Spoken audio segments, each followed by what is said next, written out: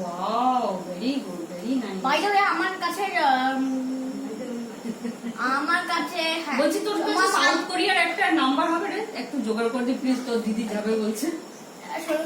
আমার কাছে একটা ফ্যাক্টর আছে,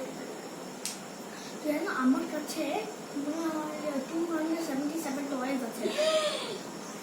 তার মধ্যে একটা তো আমার, একটা 277টার মধ্যে ওয়ান পিস মাইন, নো একটা আমার, নেভার বাবা আমাকে কিনে দিয়েছিল, নেভার যে দাদা তুমি এটা রাখো। ও হিরো দাঁড়িয়ে দাদা। নো আমার কাছে তুমি কাউন্ট করে দেখবে কত টয়েস, তুমি কাউন্টই করতে হবে না। বাবারে একদিন যাবি, সকাল থেকে আমি চলে যাবো এখান থেকে, পা ছড়িয়ে বসে কাউন্ট করবো।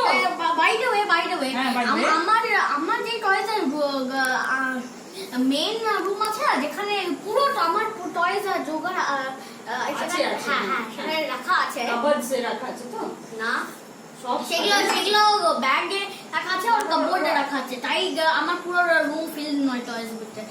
যে তুমি ভাবছো যে তুমি আবার এই টয়েস করবে আর তুমি টয়েস উপরে সুইং করবে। হ্যাঁ, ওটাই তো আমি ভাবছিলাম, আমাকে তো সেটাই করতে। কিন্তু একটা বাই দ্য ওয়ে, আমি একটা জিনিস তোমাকে জিজ্ঞেস করতে চাই, সেটা হচ্ছে তোমার এই চুলের কাটটা কে করে? ওটা কি মামা করে নাকি তোমার কোনো স্পেশাল পার্লার আছে? আমার স্পেশাল পার্লার নেই, মামাই করে।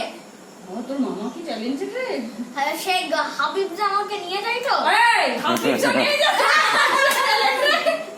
হাফিজ তোর মামা। আমাকে হাবিব যে নিয়ে যায়, তারপর আমি চুল কাটি। ও সেইটা বল, আমি বলছি মামাই চুল কাটে। আমার মামা সেই হেয়ার কাটার যেটাকে বলে দেয় যে কি করে আমার চুলটা কাটতে হবে। হ্যাঁ, আচ্ছা এবার আমার সাথে যাবি তো একটুখানি? মামাকে বলবি জেঠির সাথে যাবো, ঠিক আছে? বলবি তো?